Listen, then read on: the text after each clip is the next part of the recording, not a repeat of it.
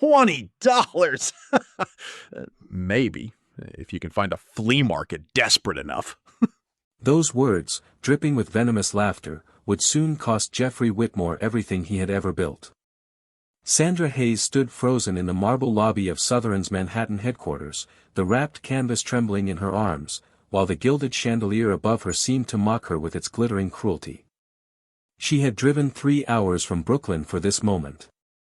She had skipped 2 shifts at the hospital where she worked as a night nurse.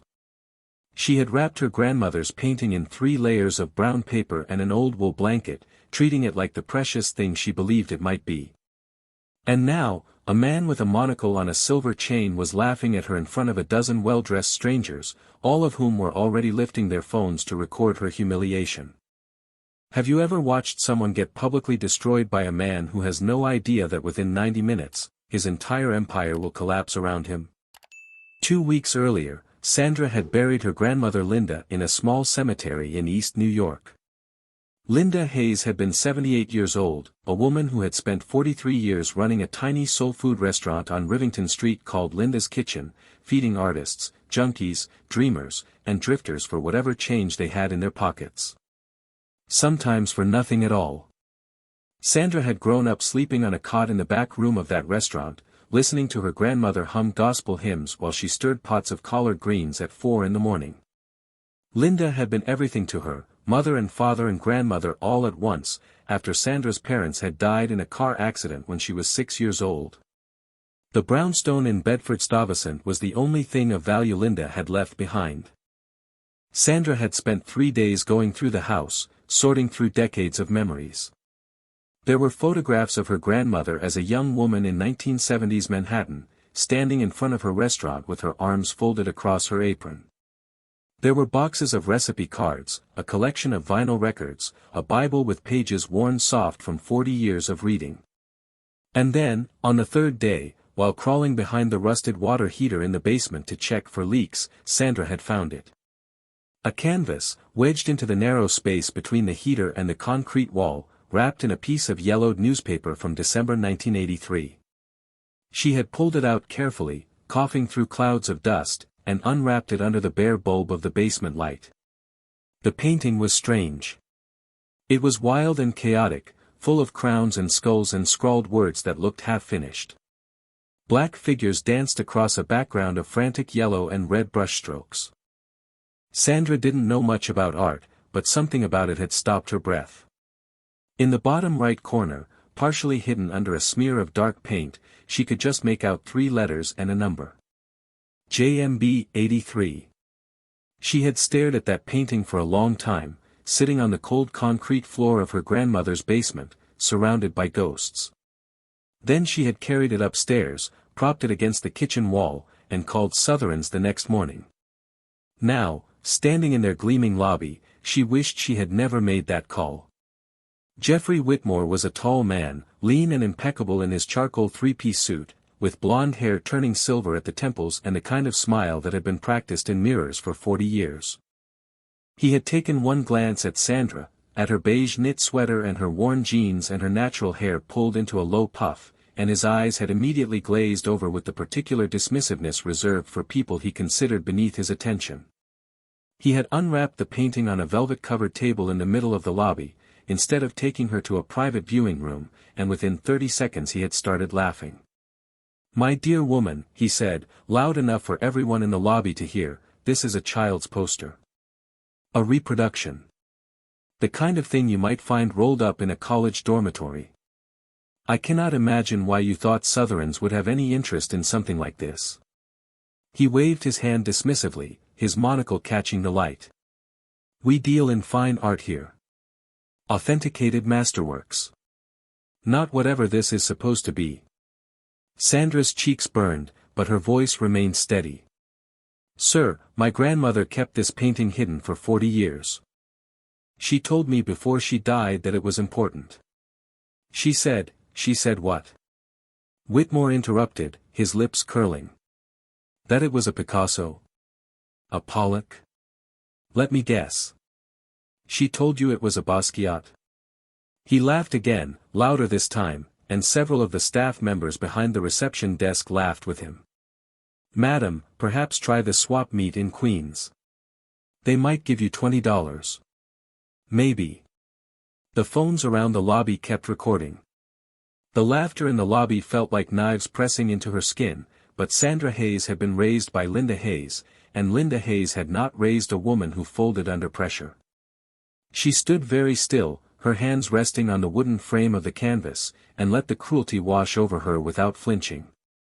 Behind Whitmore, a young woman with red hair pulled into a tight bun and dark-rimmed glasses had stepped out of a side office, drawn by the commotion. Her name tag read Emily Bishop, Junior Cataloger, 20th Century Department. She was holding a stack of folders against her chest, and her face had gone strangely pale. But Sandra didn't notice her yet. Sandra was still staring at the man who was destroying her. "You're embarrassing yourself, madam," Whitmore continued, leaning one elbow casually against the velvet table. He spoke slowly now, the way one might speak to a child who hadn't quite grasped a simple lesson. "I deal with hundreds of these inquiries every year. Grandmothers, aunts, distant cousins, everyone has a hidden treasure tucked away somewhere. A Rembrandt in the attic. A Monet in the garage. And every single time, it turns out to be a print or a forgery or worse, a piece of student work that someone gave them in 1968.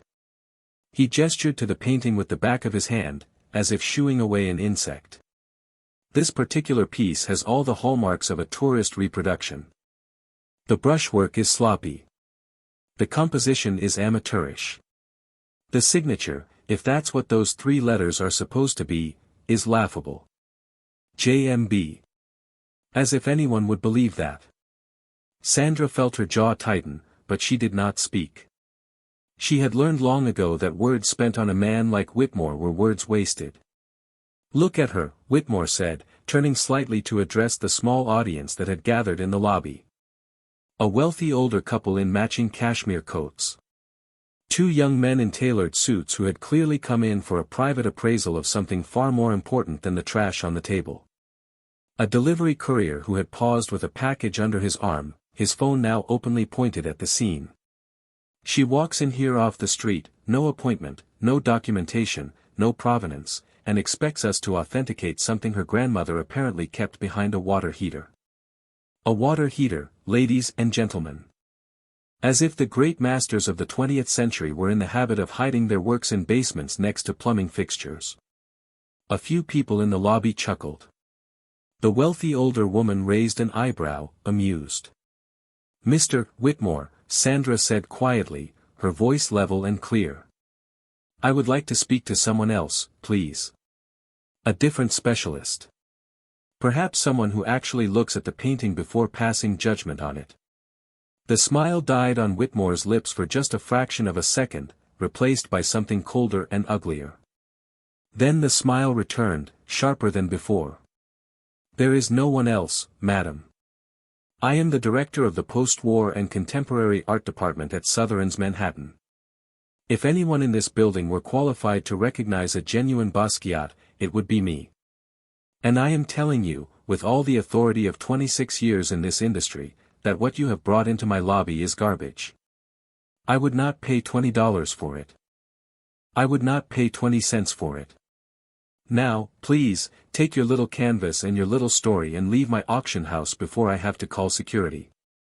He turned away from her then, dismissing her entirely, and began walking back toward his office on the far side of the lobby. The wealthy older couple shook their heads in sympathy and turned to follow a different staff member toward the elevators. The 2 young men in suits were already losing interest, checking their watches. The delivery courier lowered his phone, looking suddenly uncomfortable, as if he had recorded something he wished he had not. Sandra stood alone at the velvet table, her hands still resting on the frame of her grandmother's painting. The fluorescent overhead lights felt suddenly very bright, very harsh.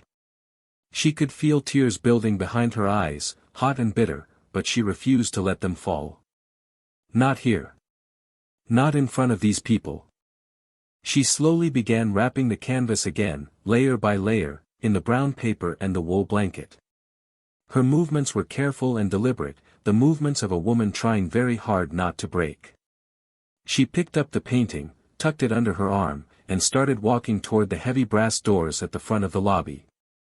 The walk felt impossibly long. 20 steps. 15. 10. She could feel everyone still watching her, the weight of their pity and their amusement pressing down on her shoulders. She kept her head high. Her grandmother had taught her that. Always keep your head high. She was reaching for the door handle when she heard the sound of running footsteps behind her. Wait. Please wait.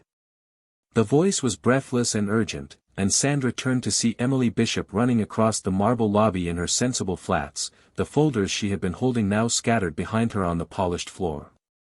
She skidded to a stop 3 feet away from Sandra, her cheeks flushed pink, her glasses slightly askew. Please. Please don't leave yet. I need to see the painting again. Just for 1 minute. Please. Sandra hesitated, her hand still on the door. Every instinct in her body was telling her to walk out of this building and never look back, to drive home to Brooklyn and burn the painting in the backyard if that was what it took to forget this humiliation. But there was something in Emily Bishop's face, something raw and urgent and almost terrified, that made her pause. I'm not interested in being mocked again, Sandra said quietly. I'm not going to mock you. I swear to God I'm not going to mock you. Emily's voice dropped to a whisper. Please. Just come back to my office. Not the lobby. My office. I just need to see the signature. Just the signature. 2 minutes. Please. Sandra studied the young woman's face for a long moment. Then, slowly, she nodded. Emily's office was a tiny windowless room on the second floor, lined floor to ceiling with art books and exhibition catalogs and stacks of authentication reports. She closed the door behind them and turned the lock, and Sandra felt a small flicker of unease until she saw the way Emily's hands were trembling. The young cataloger cleared a space on her cluttered desk and gestured for Sandra to lay the painting down. Sandra unwrapped it again, slowly, and Emily made a small sound in the back of her throat as the canvas came fully into view. Oh my God, she whispered. Oh my God, oh my God, oh my God. She pulled a magnifying loupe from her desk drawer and bent over the bottom right corner of the painting, her face inches from the surface. For nearly a full minute she did not move. She did not breathe. Sandra stood beside the desk and watched the young woman's shoulders begin to shake. Where did you get this? Emily finally whispered, without lifting her head. My grandmother, Sandra said. She passed 2 weeks ago. I found it behind the water heater in her basement, wrapped in newspaper from December 1983. Emily slowly straightened up. Her eyes were wet behind her glasses. She was looking at Sandra the way someone looks at a stranger who has just handed them a winning lottery ticket and asked for change. What did your grandmother do? For a living, I mean. She owned a restaurant. A little soul food place on Rivington Street. Linda's Kitchen. She ran it from 1971 to 1996. She used to feed everyone in the neighborhood. Artists, especially. She always said the artists were the hungriest people she ever met, and she fed them whether they could pay or not. Emily covered her mouth with both hands. A single tear slid down her cheek and disappeared into the collar of her white blouse. Ma'am, she said carefully, her voice unsteady, I need to ask you something, and I need you to think very carefully before you answer. Did your grandmother ever mention a young black artist who used to eat at her restaurant in the late 1970s and early 1980s? A young man with dreadlocks who painted? A young man who later became very, very famous. Sandra felt the world tilt slightly under her feet. She reached out and steadied herself against the edge of the desk. She used to talk about a boy named Jean, she said slowly. She said he was the sweetest boy she ever knew. She said he was always hungry, and she always fed him for free, and one day he told her he was going to give her something special to thank her. She said he gave her a painting and told her to hide it somewhere safe, because one day it was going to be worth something. She used to laugh about it. She said he was so serious when he said it, so serious for such a young man. She didn't believe him. She put the painting away and forgot about it. Emily Bishop made a sound that was half sob and half laugh. "Ma'am," she whispered. "I think your grandmother was friends with Jean-Michel Basquiat. I think the painting in front of me right now is real. I think it might be the missing companion piece to a painting called Hollywood Africans, which sold at auction in 2017 for $85 million. Sandra sat down hard in the visitor's chair. "I'm going to make some phone calls," Emily said, her voice shaking. "I need you to wait here. Please don't leave. Please. I'm going to call 3 of the top Basquiat scholars in the world and I'm going to ask them to come here right now. Today. This afternoon." "And Mr. Whitmore?" Sandra asked quietly. Emily's wet eyes hardened. "Mr. Whitmore is going to find out what he just did." The next 90 minutes would be remembered by Emily Bishop for the rest of her career as the most extraordinary afternoon she had ever witnessed in the art world. She made 3 phone calls from her cramped little office, each one to a different number she had memorized over the years but had never expected to dial under circumstances like these.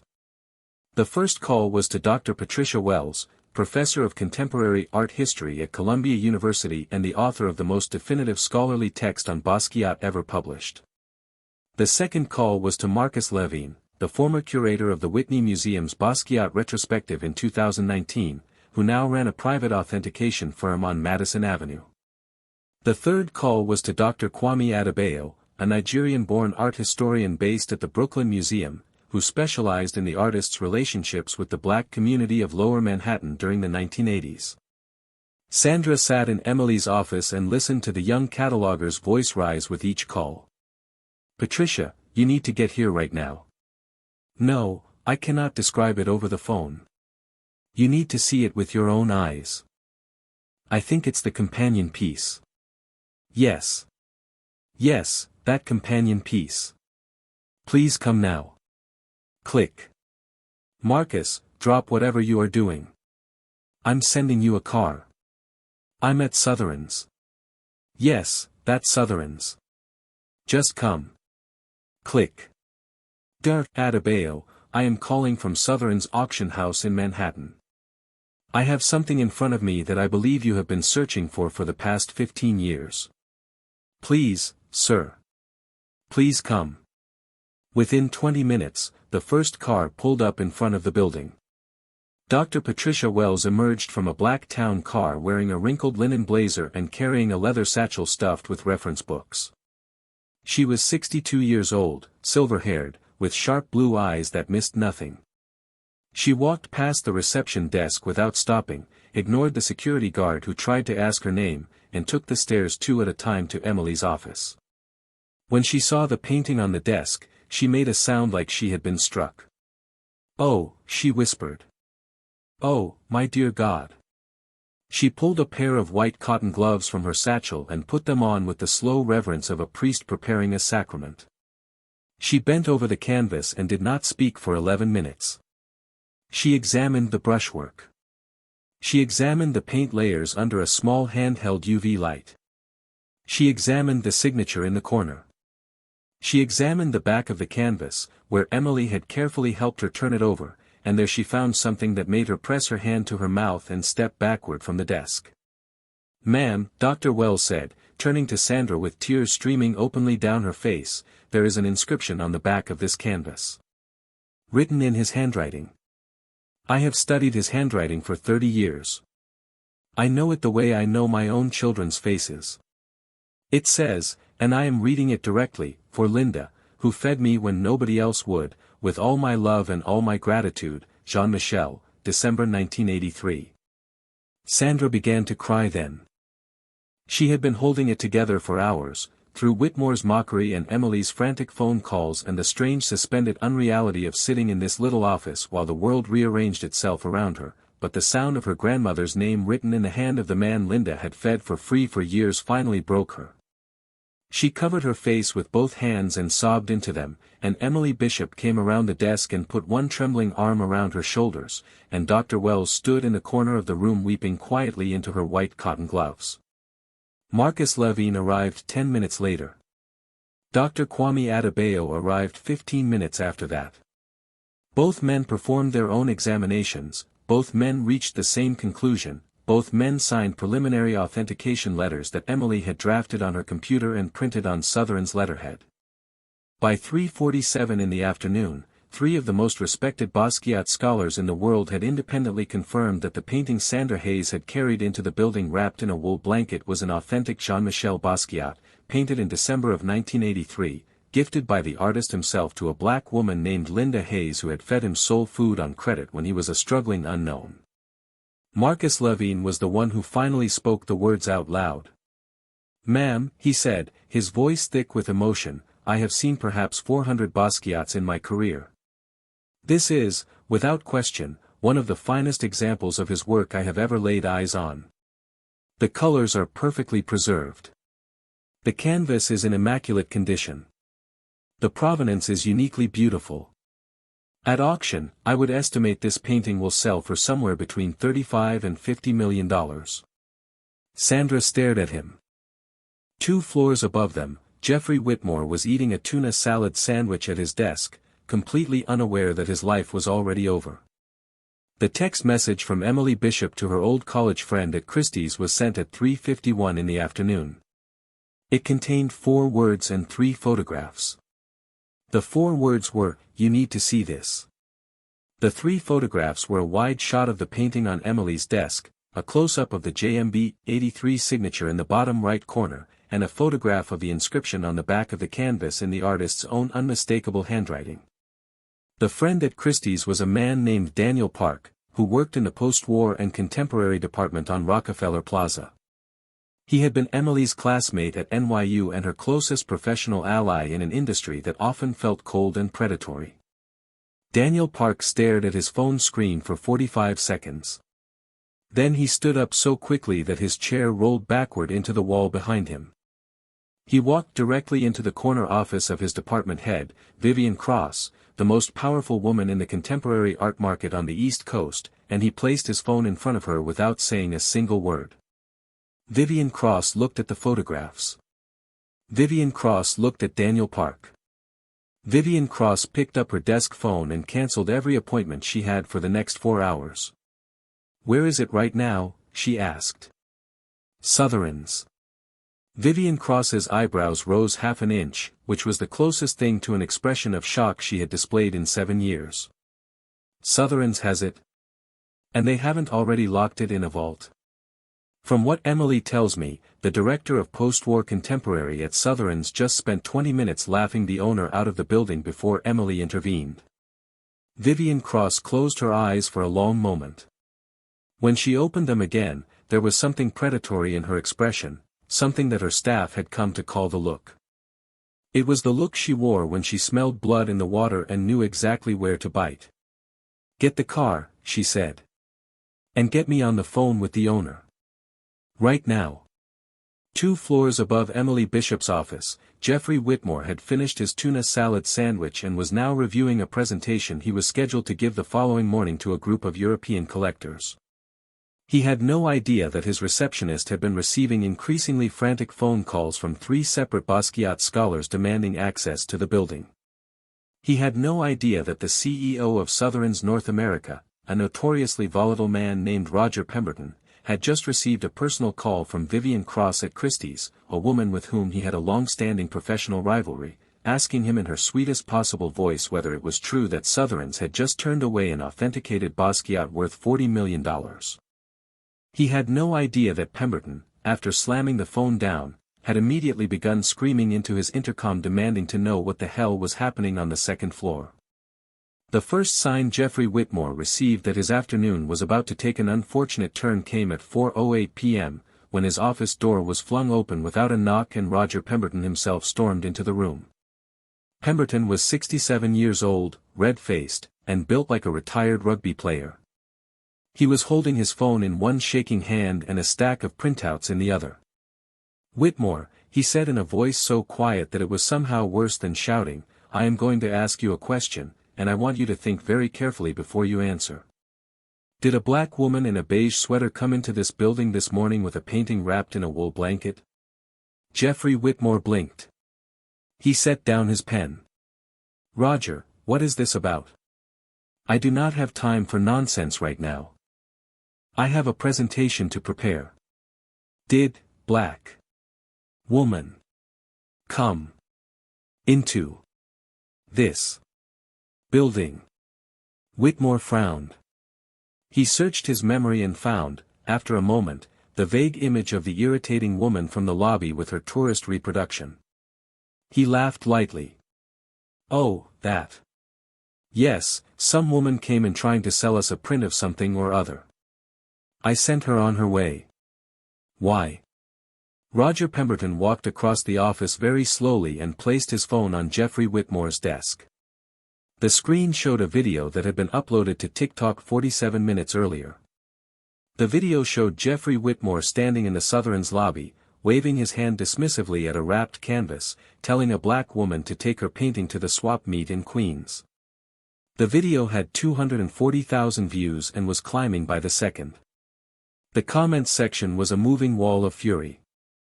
Roger, Whitmore said carefully, his voice losing some of its certainty, I do not understand what is happening right now. What is happening, Jeffrey, is that you just told a woman that the authenticated Basquiat she was holding was worth $20. And now the entire internet knows. The color drained from Jeffrey Whitmore's face in a way that was almost theatrical, like watching wine being poured out of a glass in slow motion.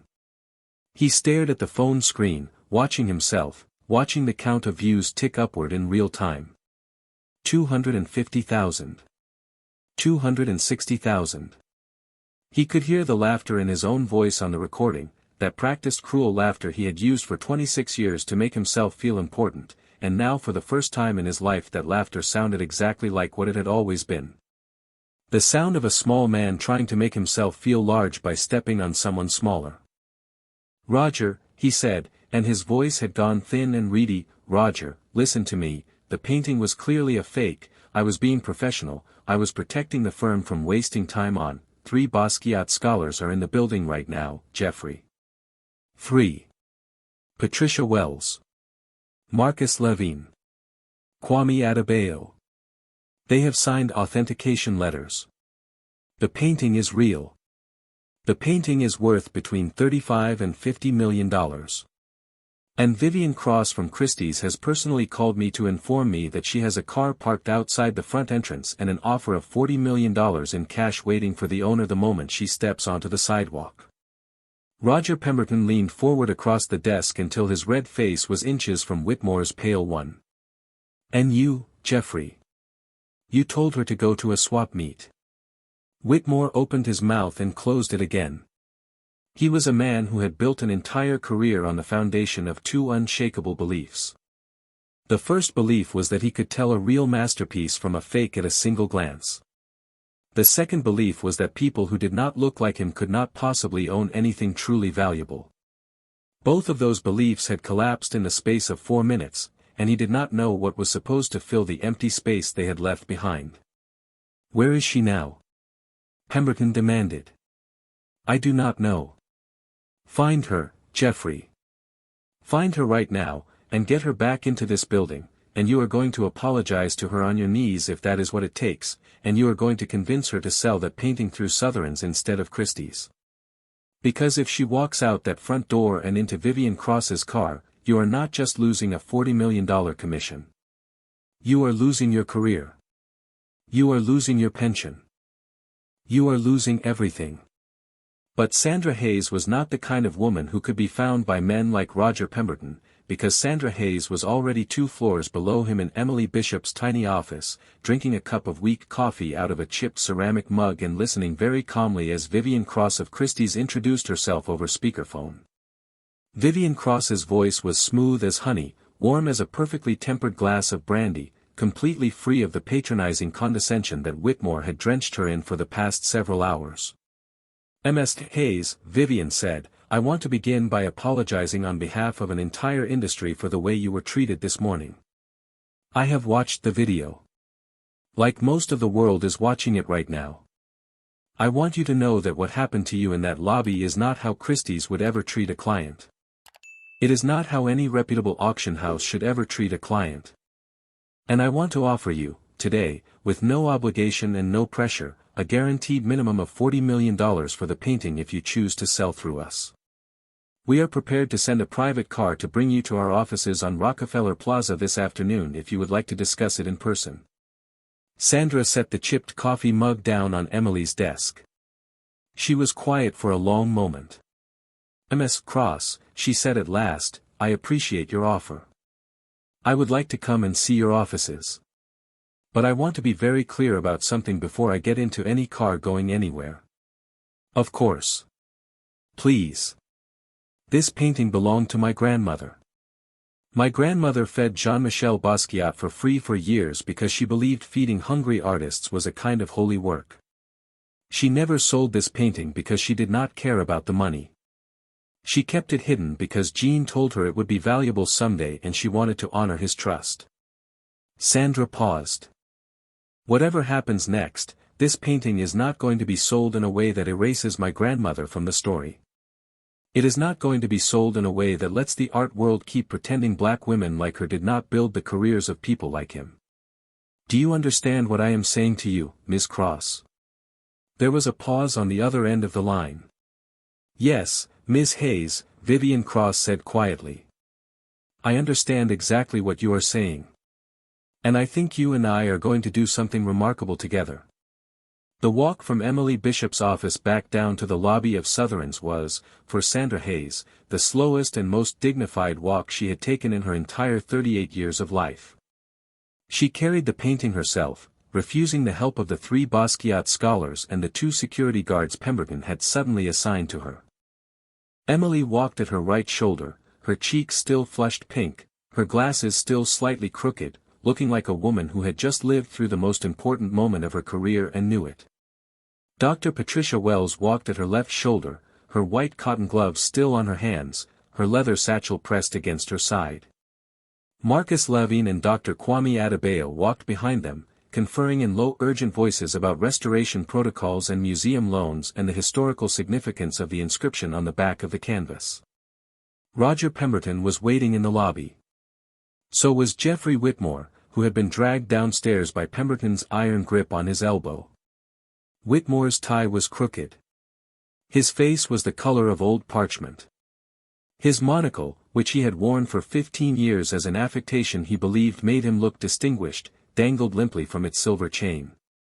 He looked, Sandra thought, very much like a man who was about to be sick. Pemberton stepped forward with a smile that was clearly being held in place by enormous effort. "Ms. Hayes," he said warmly, "I am Roger Pemberton, the CEO of Sotheran's North America. I want to personally apologize for the dreadful misunderstanding that occurred in our lobby this morning.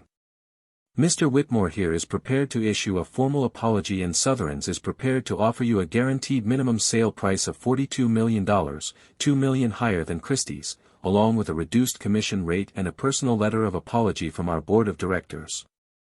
I want you to know that we take this matter extremely seriously and we are prepared to make this right." Sandra Hayes did not stop walking. She walked past Roger Pemberton as if he were a piece of furniture. She walked toward Jeffrey Whitmore and stopped exactly 3 feet in front of him. The lobby went very quiet. The handful of remaining staff members who had laughed with Whitmore in the morning were now suddenly very interested in the carpet at their feet. "Mr. Whitmore," Sandra said. Her voice was calm. It was the voice of a woman who had nothing left to prove. "I would like to ask you a few questions before I leave this building. I think you owe me at least that much." Whitmore's throat moved as he tried to swallow. "Of course," he whispered. "When you looked at me this morning, what did you see?" The question hung in the air. Pemberton's smile flickered. Whitmore stared at the floor. I do not understand the question, Ms. Hayes." "Yes, you do.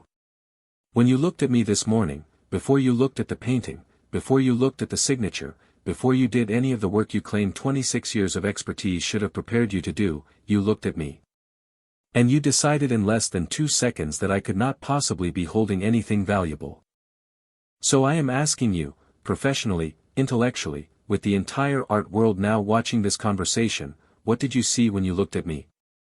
Whitmore opened his mouth. Closed it. Opened it again. I saw, he finally whispered, I saw a customer who I did not believe was a serious. You saw a black woman in a beige sweater, Sandra said. And you decided that a black woman in a beige sweater could not possibly own a Basquiat. That was the entirety of your professional analysis this morning, Mr. Whitmore. The full extent of 26 years of expertise.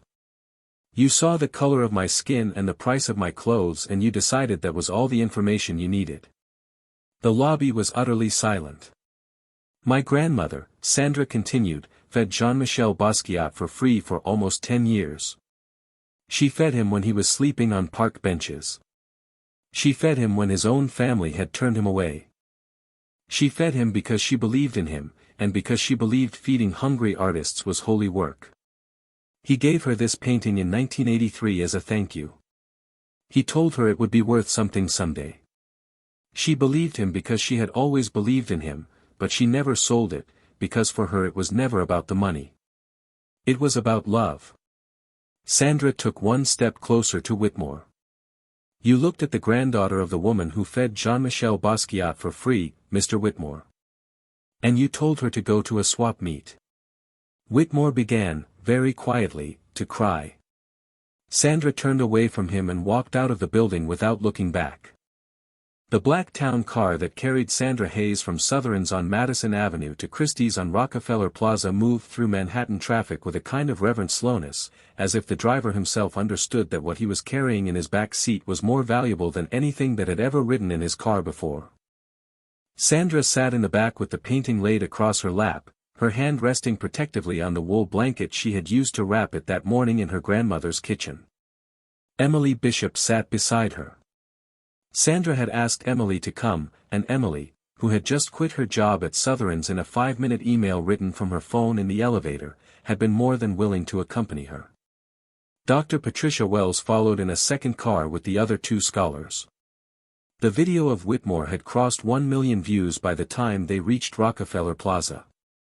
By the time Sandra was sitting in Vivian Cross's office signing the consignment agreement with Christie's, it had crossed 2 million. By the time she left Christie's that evening with a guaranteed $40 million minimum bid, a comprehensive marketing strategy already drafted, and a personal commitment from Vivian Cross that her grandmother Linda Hayes would be named in every piece of promotional material the auction house produced, the video had crossed 5 million views and was being covered on the evening news of every major network in the country. The next morning, the New York Times ran a front-page feature on the painting. The headline read, "From a Brooklyn basement to $40 million, the granddaughter, the painting, and the auction house that almost threw it away." The article contained extensive quotes from Sandra about her grandmother Linda, about Linda's kitchen on Rivington Street, about the young struggling artist who used to eat there for free, about the painting that had been hidden behind a water heater for 41 years. The article also contained Jeffrey Whitmore's name in the 3rd paragraph, alongside a verbatim transcript of his comments in the Sotheran's lobby, accompanied by a single photograph of him laughing with his monocle dangling from its chain. Whitmore did not come to work that morning. He did not come to work the morning after that, either. By the end of the week, Sotheran's had issued a public statement announcing that Mr. Whitmore was no longer employed by the firm, that the firm condemned his behavior in the strongest possible terms, and that the firm was instituting comprehensive bias training across all of its departments. Pemberton issued his own personal apology in a separate statement, though anyone who read it carefully could detect a faint undercurrent of resentment, the resentment of a man who had been forced to apologize for losing a $40 million commission to his most hated competitor. The auction itself was scheduled for the following month. Christie's announced it with the kind of fanfare normally reserved for the discovery of a lost Da Vinci. The painting was given its own name, the name Sandra had requested for it, Linda's Light, after her grandmother. The pre-sale exhibition drew lines around the block. Art collectors from Hong Kong, Dubai, London, and Paris flew in to view the canvas in person. Major museums from across the country submitted formal bids for institutional acquisition. The Whitney Museum, which had hosted the 2019 Basquiat retrospective, offered $55 million in a private bid before the public auction had even opened. The Museum of Modern Art countered at $58 million.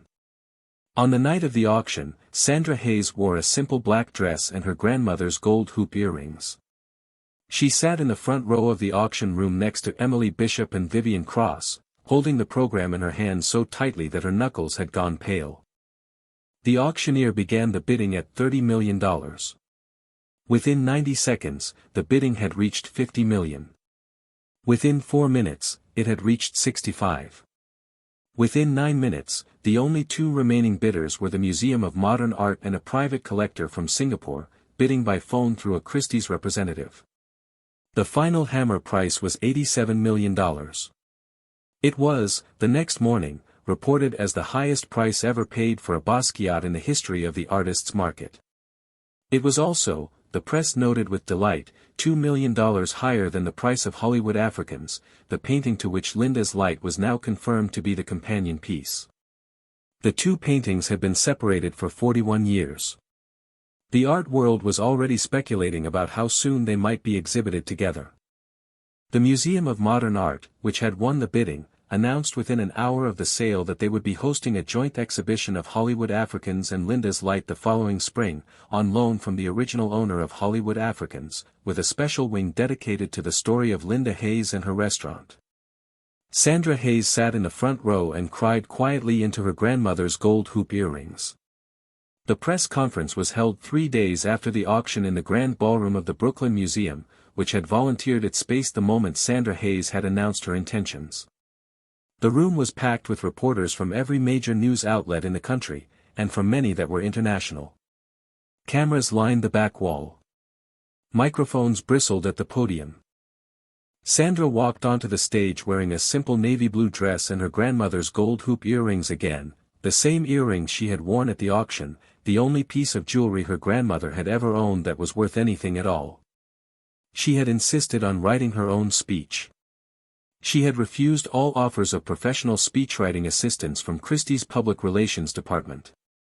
The words were hers, and the words were her grandmother's, and the words were going to be exactly what she wanted them to be. She approached the podium and looked out over the room. She did not smile. She did not wave. She took a long slow breath, and she began to speak. My grandmother Linda Hayes was born in 1947 in Macon, Georgia.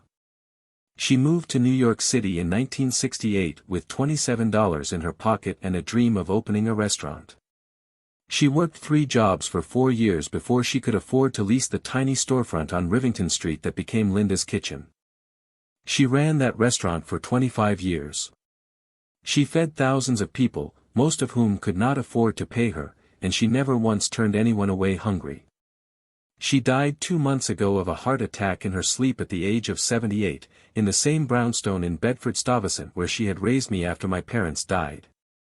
She died believing that her life had not amounted to very much. She died believing that nobody had really noticed. Sandra paused. The room was completely silent. The auction house Sotheran's, 3 weeks ago, looked at the painting my grandmother had hidden in her basement for 41 years, and they decided in less than 2 seconds that it was worthless. They decided that based on what I looked like. They decided that based on what kind of clothes I was wearing. They decided that based on assumptions about black women and what kind of property black women could possibly possess. They were wrong about the painting.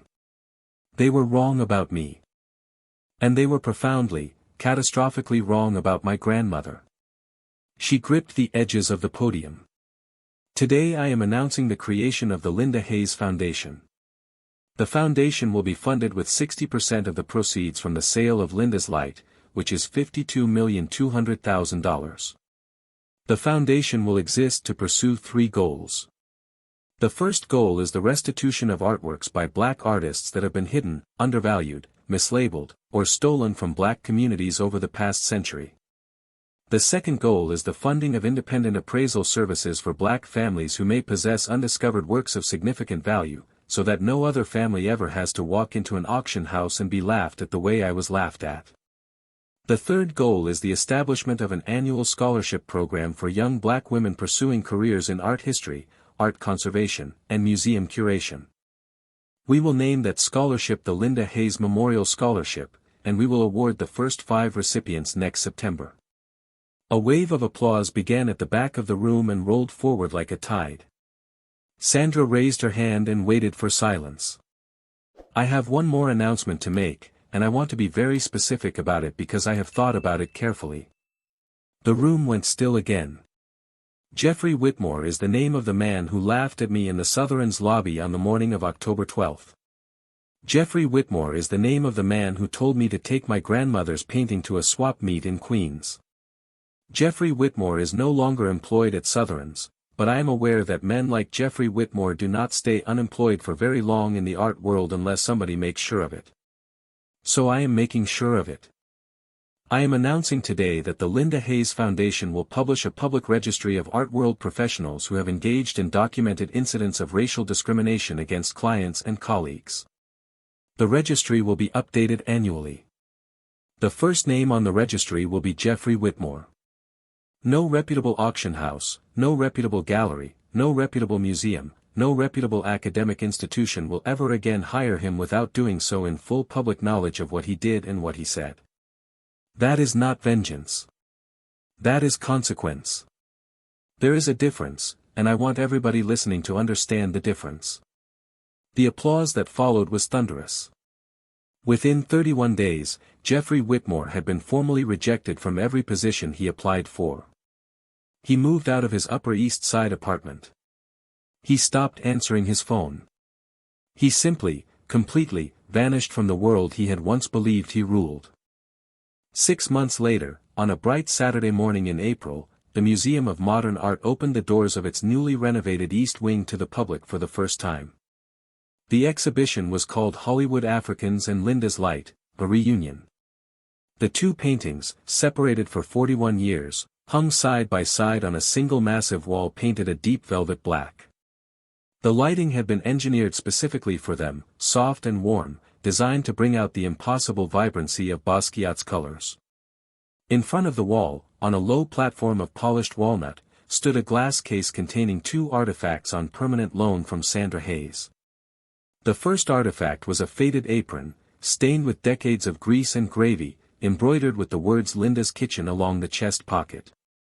The second artifact was a small handwritten recipe card, in Linda Hayes's careful looping script, for collard greens with smoked turkey.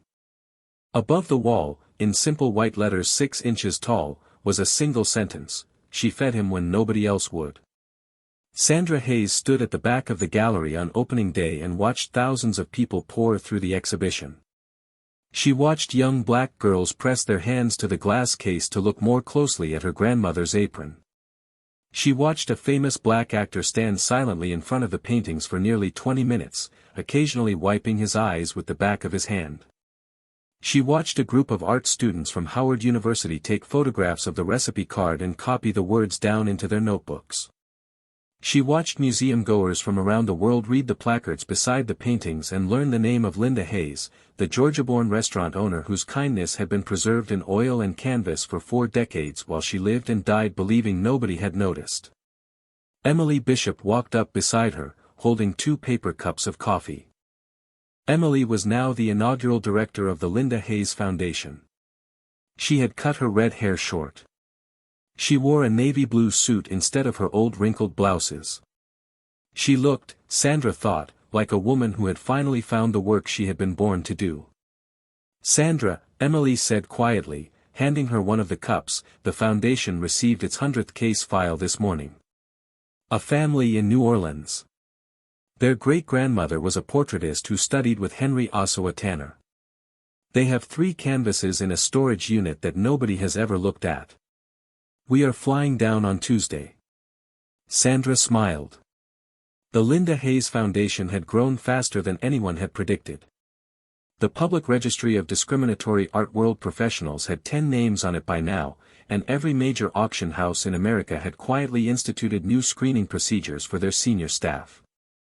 The Independent Appraisal Service had already identified 23 undiscovered works of significant value in black households across the country, 3 of which were currently being authenticated as works by Romari Bearden, Faith Ringgold, and Charles White.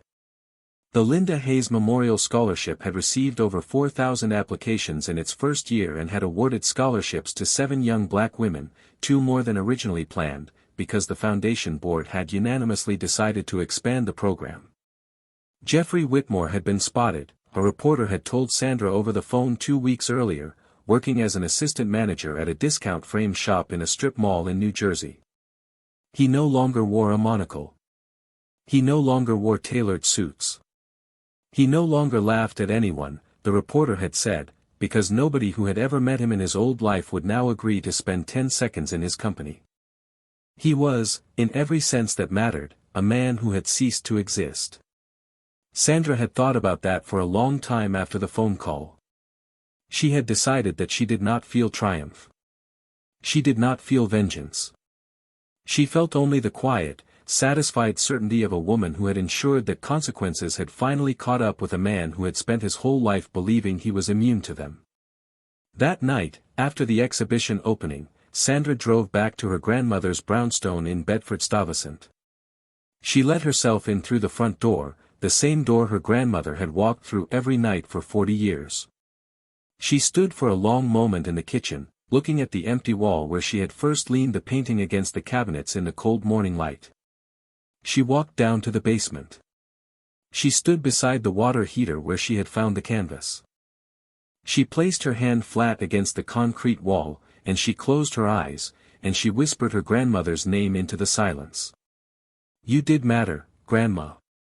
The whole world knows now. You did matter." She turned off the basement light and walked back upstairs to begin her life again. If this story moved you, share it with someone who needs to be reminded that justice always finds its way home. Hit that like button if you believe every grandmother deserves to be remembered. And subscribe for more stories where dignity finally wins. Your story could be next.